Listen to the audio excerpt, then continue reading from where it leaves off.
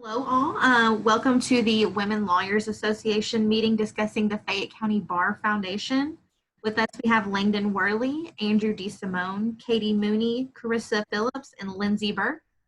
Couple housekeeping things. The virtual bench and bar registration is up on the FCBA site. It'll be on October 6th and 7th. Registration for the part 3 of the institutional racism in the legal system series is also up on the FCBA site as well. And it'll be on October 8th. If you have questions, please use the Q&A function at the bottom of your screen, not the chat. Q&A is easier to moderate. The chat can kind of go by quickly. So make sure you're using the Q&A portion, please. And I'll turn it over to Langdon and Andrew. Thank you, Caitlin. I'm Andrew DeSimone, and if I could be given the host rights to share my screen, that would be awesome. Thank you. I would put up my PowerPoint presentation for everyone. Can everyone see that, I hope? Caitlin, can you see it? Yes, yes. Okay, perfect. Well, I am the development chair for the Fayette County Bar Foundation, and I am here to present today about the good work that the Bar Foundation does. I want to give a special thank you to Caitlin at the FCBA for making this all possible, as well as to my law partner, Langdon Worley, who was instrumental in bringing us before the LWA. And I especially want to thank the LWA for the time that you've given us to present. And you'll be hearing from 3 of the FCBF's grantees who use the money that we provide them to good use in the community. Additionally, on the call, in case I misstate something, are 2 former presidents of the Fayette County Bar Foundation, Tim Wills and Larry Diener, as well as I know Ellen Sharp is on the call, our current treasurer. And I do want to recognize a good buddy of mine, Matt Boyd, the current president of the Fayette County Bar Association. Matt and I were public defenders together a lifetime ago. So Matt, hello, and good to have you on the call. So I wanted to start by giving a little bit of a history of the Fayette County Bar Foundation, and it really began through the Fayette County Bar Association's lawyer referral program. For those of you who don't know, the lawyer referral program will, for a fee, will send cases to attorneys in the Fayette County area. And as part of that, if that attorney receives remuneration for their services, has to pay back some of that money to the Bar Association. And in 2006, I believe there was a settlement of about probably, I don't know, in excess of $1 million, because the Bar Association received $400,000 from that settlement. And then there was a question of what do we do with this large sum of money? And there were essentially 3 main attorneys in the community that spearheaded the effort to create the Bar Foundation, to use that seed money to give back to the community. The biggest person starting that was Elizabeth Hughes, but she was also joined by Steve Rochelle and Jack Laughlin. All 3 of them sort of sparked the idea to use this money from this settlement to the community to help people who need assistance in the legal system. And so the 3 of them decided to approach all of the attorneys in the Lexington, Fayette County area, came up with the idea of founding firms and fellows to raise more money to help with this worthy cause.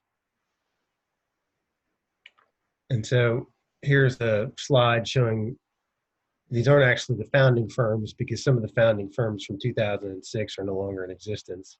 But these are some of the firms that have sustained their membership with the Fayette County Bar Foundation and have given over the years to help us raise money so that we can give back to the community.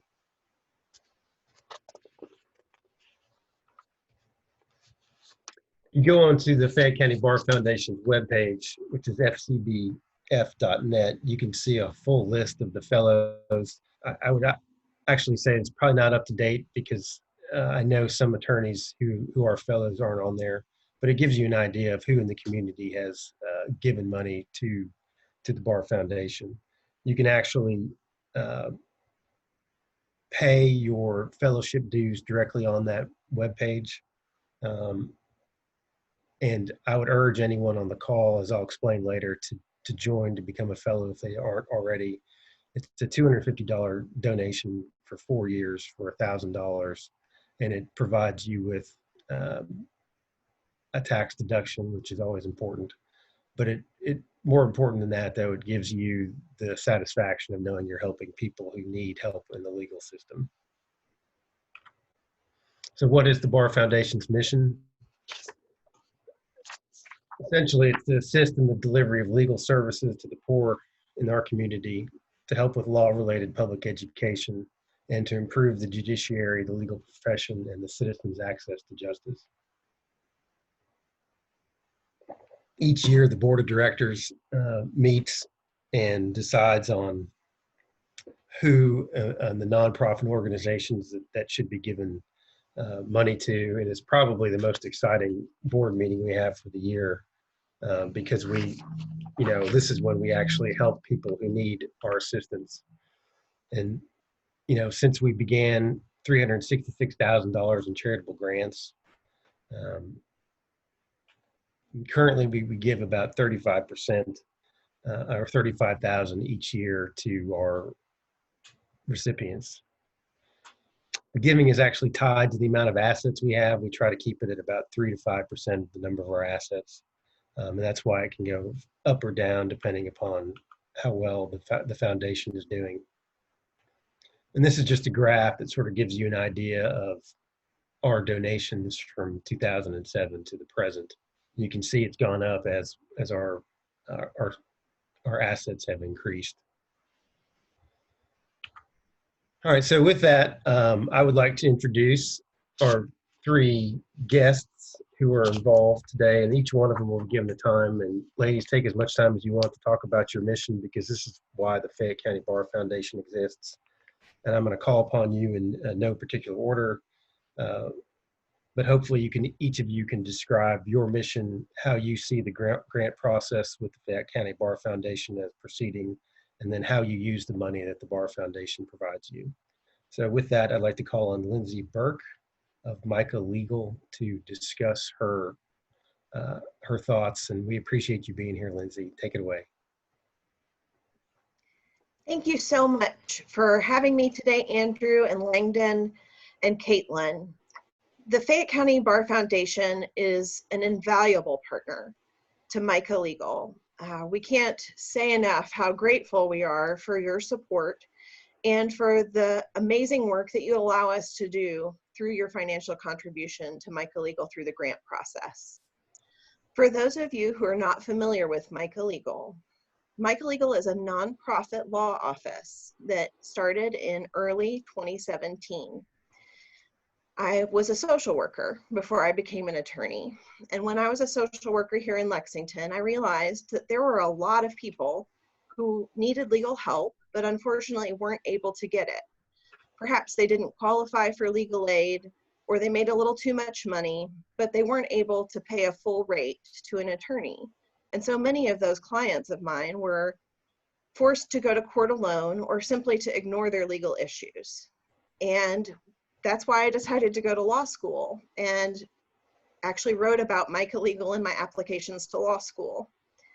So I became an attorney in 2015 and started Micah Legal shortly thereafter to try and meet some of the unmet civil legal needs here in Lexington. Micah Legal practices in family law, doing divorces, child custody, and similar cases. We also do expungements for people who have a criminal background but have cleaned up their act and now need to clean up their record. We also do estate planning. For many of my clients, I'll refer to that as future planning, because a lot of low-income people tell me, I don't have an estate, I don't need to make a will, but they just simply don't understand all the things that estate planning can do to help their family. And then finally, we do some nonprofit work, helping other nonprofits to serve their clients or to incorporate and file their applications to become 501c3s. So we do a wide variety of work, and that work is really made possible because of the support of foundations like the Fayette County Bar Foundation. Our clients largely are very low income. About 75% of my caseload qualifies to file in form of pauperous. So many of them are truly indigent. That means that more often than not, they really can't afford to pay much. And using our sliding scale fees, most of the people who would qualify to file in form of pauperous pay $15 an hour for their services. And as you can imagine, a whole caseload full of $15 per hour, unfortunately, will not keep this office afloat. And especially when you start to think about clients who may need fee support. Perhaps they aren't truly indigent, but a $200 some filing fee would be a great cost to them. The support we get from Fayette County Bar Foundation will allow us to pay a filing fee for someone who's just above a cutoff for in form of pauperous filing. Additionally, we do a lot of work with people who speak other languages. Many of our clients aren't fluent in English. And having support from the Fayette County Bar Foundation allows us to hire an interpreter to assist those clients. Because the fact of the matter is, if someone can only pay $15 an hour, that won't even cover an interpreter's services, much less mine. So it's wonderful to have a little pool of money provided through the Fayette County Bar Foundation so that when we have clients who have unique needs that need to be met in non-traditional ways, we have access to funding to hire the kinds of services that are needed and pay those support fees for people who need the assistance. It also gives us an opportunity to partner with some of the other organizations that are represented here on the call today. And it's a great pleasure to work with these different organizations who are benefiting from the Fayette County Bar Foundation. It's truly an honor to be listed among this group, and we are sincerely grateful for the support we've received from the foundation over the last few years.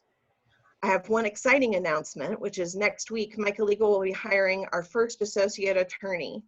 So we're gonna increase our impact. You're gonna see Micah Legal growing, meeting more needs, and helping to make Lexington a more just community by making sure that poverty alone is not the reason someone doesn't get their fair shake in court. So we're really grateful to the Bar Foundation. Thank you, Andrew, so much for giving us this opportunity to thank you publicly for the important work that the foundation does, and especially for your support of Micah Legal. So thank you very much, and I look forward to hearing from the other panelists. Thanks, everybody. Thank you, Lindsey, and congratulations about hiring a new attorney. That's awesome. Thank you. It's really exciting. That's really exciting. I'm glad we're able to help out in that. Yeah, thank you. So next, I'd like to call on Corissa Phillips from Greenhouse 17. Corissa.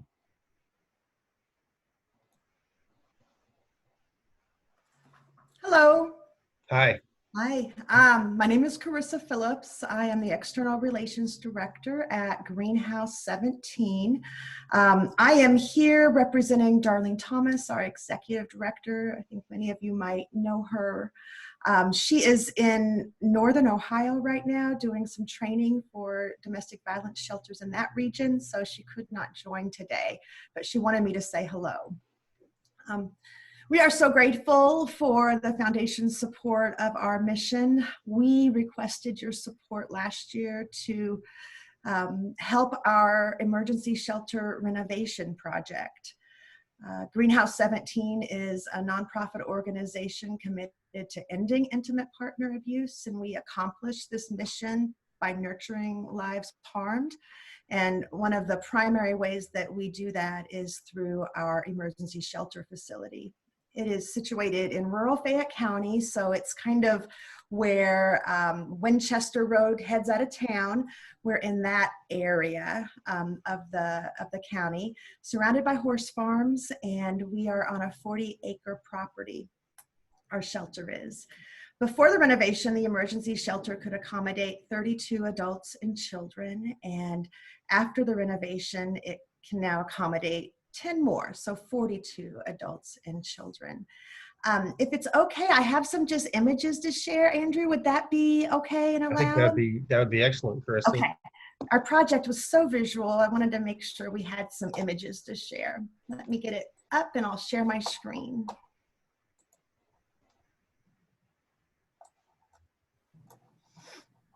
believe I have that option. One second. Mhm. And Caitlin may have to give you the ability to do that. There you go. Got it? Perfect. All right. So what you're looking at here is our kind of first sign that we put outside of our facility, identifying as a construction site. Renovation at our shelter happened began in early 2019. Everything in purple and green on this graphic here was somehow renovated. We had 3 primary goals with this project, and it was to provide more confidentiality and safety for survivors living at the shelter, to expand the bed capacity, and then to repurpose some underused shared spaces at our facility so they could better accommodate the usage needs that we had just discovered after being at this facility for more than 10 years. We did continue to provide emergency shelter services and operate our 24-hour hotline during the renovation. So we just kind of cloistered off one side of the shelter while everyone existed in the other side, and then kind of swapped that when it was time to change wings. This is an image of what someone entering our shelter would see if they came through the main front doors. That opening there in the middle of this image was a direct entrance into our shelter living facility.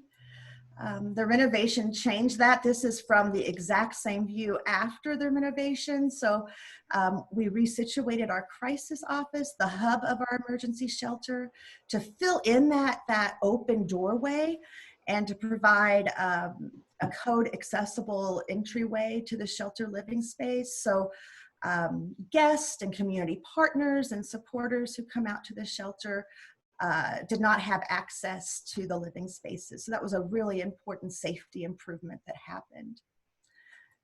Additionally, we did construct 10 additional beds across 6 rooms. Here are some images of those spaces on your screen now. And then the third project was the creation of a large conference meeting room. We envision this to be a space where all adults and children living at the shelter can convene for meetings and support groups, but also a community space where groups can have meetings, where we can hold training events, and of course, where our board of directors will meet throughout the year. This here is an image of some large unused space in the living quarters of our shelter where the actual bedrooms are located. And we have, with the support of the renovation, converted those spaces into living room areas. Today, I don't have it in this photo, there are large comfortable couches in this space, and it's become kind of the gathering place for the kids who are living with us in shelter. A lot of play happens in these areas, and gaming and all of that. So I just wanted to make sure to share some images with you so you could see visually how our shelter has changed with your support, and let you know that at any given time we have 42 adults and children living with us at the emergency shelter. And currently, we are also housing survivors in safe hotel locations during the pandemic response to assure social distancing. We are a partner with Micah Legal. Thank you for your support. Of course, Legal Aid is one of our most important partners, and I know many of the founding firms that are listed on your slide, Andrew, and the website support us in lots of different ways as former board members and current board members as well. So we're just really grateful for your support. The renovation was super important. It will allow us to serve about 100 adults and children more every single year moving forward. So it was an important investment in our mission and survivors, and we're really grateful. How long are your women allowed to stay? Oh, that's a good question. It's one we get a lot because oftentimes emergency shelters do put a limit on the number of days or nights that someone can live at the shelter. We do not have a limit on the days or nights because every survivor's needs and safety and experiences are different. That said, our average is about 51 nights, Andrew. It's a lot of fun. That includes people who just need a couple nights and people who might need to be there much longer because of safety concerns, but about 50. And are you typically at full capacity? We are typically at full capacity even after the renovation. I checked in this morning with our crisis office. Right now, our emergency shelter is a little below capacity just so we can accommodate social distancing. But with our emergency shelter and those safe hotel rooms that I mentioned, we are above our capacity of 42 beds right now. Okay. Well, that's great, but it's also sad as well about what it says about our community. But Yeah. thank you, Corissa. I appreciate the visuals and the presentation. Thank you all. Next, I'll call on Katie Mooney from the Nest to say a few words. Katie? Hello, everyone, and I feel so honored to be here and to follow Corissa and Lindsey. First, I just want to say that I had the opportunity to tour the Greenhouse 17 when they opened it up for tours, and it is absolutely beautiful and peaceful and so important for intimate partner survivors of abuse. So that investment in their shelter was just amazing. And we utilize the shelter quite often in the work that we do at the Nest. So great to see her and hear more about that renovation. And then Lindsey with Michael Legal, I know we are sending her referrals all the time when we can't meet a need or there's a special need that we don't cover with our legal services at the Nest. So good to see them and talk with them and even hear a little bit about the history of the Fayette County Bar Foundation. You all have supported us for many years now. The Nest is located on North Limestone in Duncan Park. We have been a part of the community for over 40 years. We offer several different programs and services to the community, and I'll briefly tell you about those and then quickly get into what we do legally, specifically for survivors of intimate partner violence. Our 4 programs at the Nest include a child care center, a family assistance program, family assistance being help with direct needs such as toiletries, food, lots of materials and equipment for toddlers and infants. So we make lots of different referrals out of that program to help people with their basic needs. And then the final 2 programs are our parenting education program and our intimate partner violence services.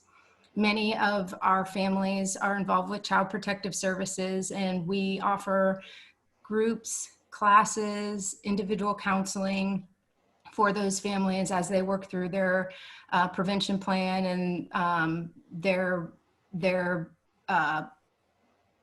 items that they have to complete in order to meet the needs of child protection. So our legal services are housed in the intimate partner violence program. We have a full-time staff attorney, Hunter Hickman, who you all might have worked with, and he provides legal consultation and representation for individuals who have filed a protective order.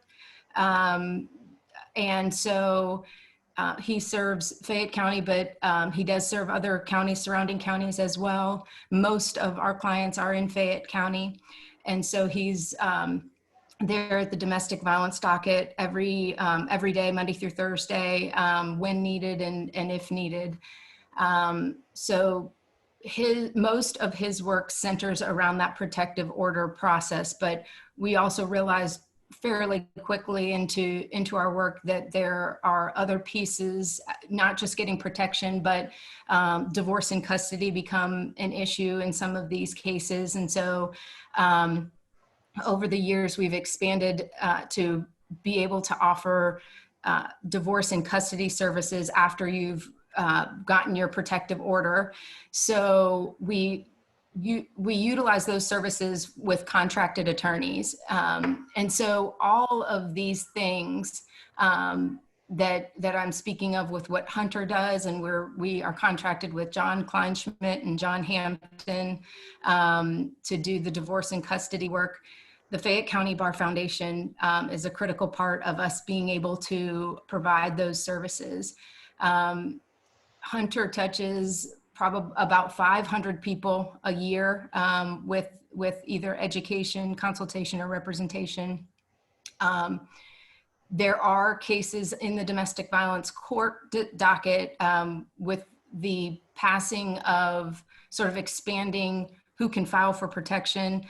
So he is also representing people that have experienced dating violence. He also represents people who are seeking protection after a sexual assault or sexual violence that has occurred. So these are all really, really critical needs that our community and the folks and families that we serve would not be able to afford legal representation. So again, I'm so grateful for this opportunity to meet with you all. And we work so closely together, Greenhouse 17 and Micah Legal, and I saw CASA and Legal Aid. We're all working very closely together to meet these high demands and high needs. And we really, really appreciate your support. Thank you, Katie. I appreciate the presentation, and also to Corissa and Lindsey for also telling us about what they do.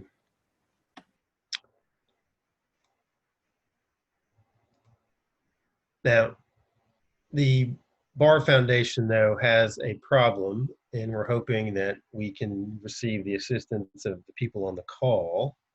And if I misspeak, Ellen, please correct me through a question and answer session. But here's the problem, and it's going to impact the Fayette County Bar Foundation's ability to provide assistance to entities like Katie's and Carissa's and Lindsey's that we just heard from. And here's the situation. We are, in fact, victims of our own success, where we are making more money off of our investments than we're bringing in through donations. And that is placing us at risk of losing the Bar Foundation's essentially nonprofit status. Each year, to maintain a safe harbor, the foundation has to raise at least 33% of its investment income to have a safe harbor for its nonprofit status. And for the last 2 years, in 2018 and 2019, we've fallen short of that goal, and that we're going to have to go to the IRS and argue facts and circumstances related to the pandemic, essentially, as to why we're unable to raise sufficient funds to maintain our status as a nonprofit entity. And so we are anticipating that in the year 2020, which is this year, that we need to raise approximately $30,000 in donations. And to date, we've raised about $6,100. Our fiscal year ends on April 30th, 2021. So we're very hopeful that people on the call will become founding fellows, if they're not already, by signing up either through the webpage or through myself or Ellen or anyone who's part of the Bar Foundation. $250 a year for 4 years. If you're already a fellow, please, consider becoming a sustaining fellow and contributing more, because the Bar Foundation needs this. Because if it does not maintain its nonprofit status, then it will become a profit foundation, a public foundation, and a private foundation, and will be taxed on its gains. Other things you can do is you can approach your firm and see if they would be willing, if they're not a founding firm, to donate money to the Bar Foundation, because we do in fact need the assistance so that we don't lose our tax status. You know, my development committee has developed a plan whereby we're going to go to the other sustaining firms and ask for additional contributions over the next 3 years and ask them to become sustaining firms thereafter to give a yearly contribution. And then obviously our board members are going to be providing contributions as well. But that's what we'd ask you to do, is consider donating to the Bar Foundation. And let me just say this, because I think the pandemic has highlighted some of the disparities in the United States. Unfortunately, the pandemic has really devastated people of poor economic means, whereas attorneys like ourselves have generally been spared. And so I think it's kind of this time where we have to, you know, really consider how fortunate we are and how we can help pay back that fortune to others who need it. And you've heard eloquently from both Katie, Corissa, as well as Lindsey about the need in the community that exists because people just aren't as fortunate as we are as attorneys. So, I mean, I don't want people to say, well, you know, it's a pandemic, we got to make sure that the firm's okay or I'm okay. I think now is really the time to give back to other people so that, you know, we can keep Lexington a great place to grow and live and work. With that, I think we have a drawing by Langdon to pay for 1 year of becoming a founding fellow with the Fayette County Bar Foundation. So Langdon, please take it over. Hey, it's Yeah. Caitlin. It looks like we have a quick question. Oh, Yeah. great. Okay. Ellen Sharp asks, if people send one of us the money directly rather than giving it on the website, it saves us a processing fee. They can also send it to us they can also send us care of the FCBA. Obviously, online donations are great, but direct ones are even better. Yes, and I can give you Ellen Sharp's mailing address because she's our treasurer and you can mail it directly to her. She's Senior Vice President at Central Bank and Trust Company, 300 West Vine Street, Lexington, Kentucky, 40507. Ellen, do you want me to give them your email address too?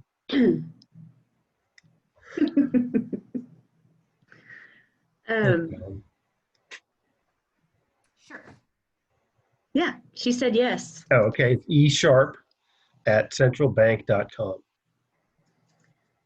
Okay, so now on behalf of the Women Lawyers Association, we are doing a drawing for people that pre-registered and attended today. And the name that I draw out of this mug, this is completely legit, is going to get $250 donated to the Bar Foundation in their name. You're not obligated to continue to pay year after year to become a fellow, but you certainly have that option. And as you've heard today, those funds go a long way for the people and organizations in our community. So without further ado,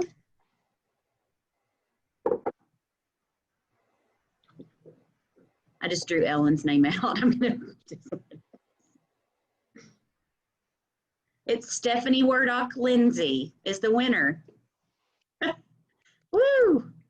So Stephanie, we'll get together with you to get that submitted, and we appreciate you all attending today. Does anybody else have any more questions? And I see that Larry has started to type something. Looks like we have a yay, congrats, Stephanie, from Anna Fletcher. Okay. Oh. No question. Oh, and Melissa said she will match another donor's $100. So, you know, you all are more than welcome to make donations anytime you want. You can find a list of people associated with the Bar Foundation on the website, and please feel free to reach out and donate directly. And I think that's all that we have. Andrew, if you want to make me the host again, I'll be able to close out the meeting. Oh, sorry. Oh, you're fine. All right, thank you, everybody. Thank you. Congrats, Stephanie. I don't know. How do I do that? If you hover over my picture. Yeah, there we go. Yeah, there we go. Awesome. Thank you, everyone.